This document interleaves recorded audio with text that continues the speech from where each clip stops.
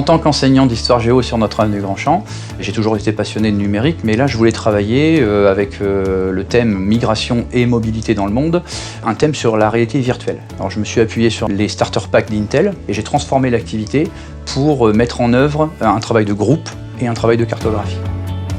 C'est une séquence qu'on a organisée en 3 temps, avec un travail individuel au préalable pour faire émerger les thèmes principaux. Les thèmes principaux ont permis d'établir 5 groupes et le dernier temps a été une restitution orale de chacun de ces groupes à l'ensemble de la classe. Et ils sont environ 250 millions chaque année. On a découvert CoSpace il y a à peu près 2 semaines. C'était une découverte très intéressante, enrichissante parce qu'on a appris d'une manière différente. D'habitude, on est toujours en train d'apprendre avec un professeur, écrire, faire des exposés. Et là, on a vraiment fait un travail de groupe où on a fait avec de la réalité virtuelle. On a pu animer, on a pu faire de la technologie tout en étant sur un programme de géographie. Donc c'était la première fois de ma scolarité que je faisais ça et j'ai trouvé ça vraiment enrichissant de faire d'apprendre d'une autre façon. En ce moment, on utilise CoSpace, donc c'est une appli qui permet de faire des montages virtuels. On peut rajouter du codage pour mettre en mouvement, par exemple, des avions qui décollent.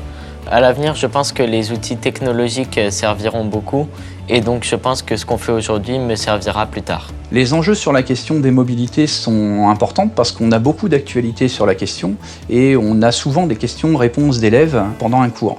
Alors là, on fait l'inverse, on met les élèves en activité, on leur permet de montrer leur représentation mentale sous forme de réalité virtuelle, ce qui nous permet ensuite de partir de leur vécu pour ensuite installer des concepts géographiques.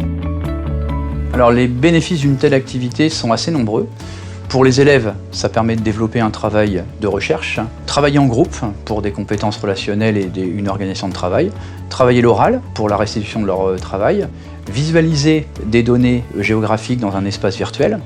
Et pour le prof, ça permet de voir la classe autrement, de permettre à des élèves de travailler autrement et de raccrocher des élèves qui n'ont pas l'habitude de participer sur un cours dit classique. Un bon exemple de ces bénéfices, on va le trouver dans le starter pack d'Intel sur l'urbanisation. Quand on va mettre les élèves par groupe et on va leur permettre de modéliser une ville, eh bien, ils vont agir sur un plan urbain par eux-mêmes et ainsi visualiser les concepts géographiques.